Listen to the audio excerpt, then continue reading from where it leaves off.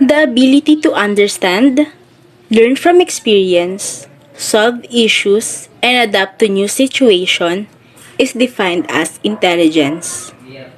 It is more strongly associated with successful educational, occupational, economic, and social outcomes than any other individual's different characteristics.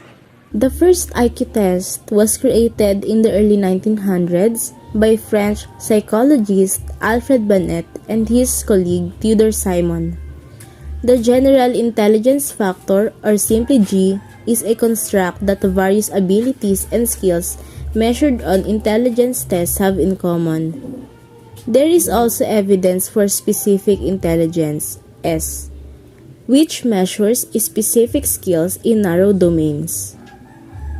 Howard Gardner argued that there are 8 separate specific intelligence, referred to as multiple intelligences, while Robert Sternberg proposed a triarchic or three-part theory of intelligence.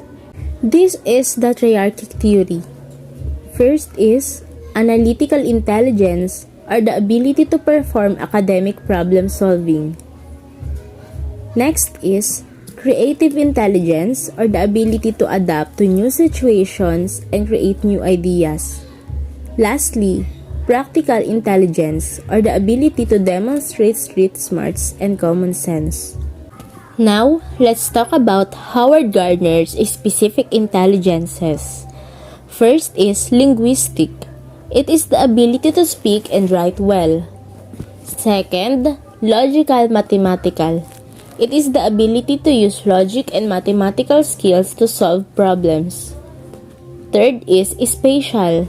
It is the ability to think and reason about objects in 3 dimensions. Fourth is musical. It is the ability to perform and enjoy music. Fifth is kinesthetic. It is the ability to move the body in sports, dance, or other physical activities. Sixth, interpersonal. It is the ability to understand and interact effectively with others. Seventh, intrapersonal. It is the ability to have insight into the self. Eighth, naturalistic. It is the ability to recognize, identify, and understand animals, plants, and other living things. And lastly, existential. It is the ability to identify and ponder the fundamental questions of human existence. Intelligence tests with construct validity are both reliable and valid. Intelligence tests are the most accurate of all psychological examinations because they are standardized, allowing the mental age and intelligence quotient to be calculated. The Wechsler Adult Intelligence Scales is the most extensively used adult IQ test. Aptitude exams like the Scholastic Assessment Test, American College Test, and Graduate Record Examination, as well as organized assessment used for personnel selections, are examples of other intelligence tests. Smarter people have larger brains that perform more efficiently and quickly than less intelligent people's brain. The outer cortex, which is involved in planning, executive control, and short-term memory, is used more than other sections of the brain, despite the fact that intelligence is not localized in a single part of the brain. The ability to recognize, appraise, manage, and control one's emotions is referred to as emotional intelligence.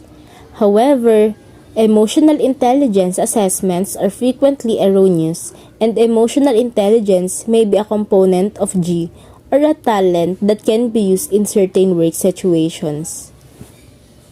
Intelligence has both genetic and environmental origins, with heritability accounting for between 40% and 80% of IQ variation.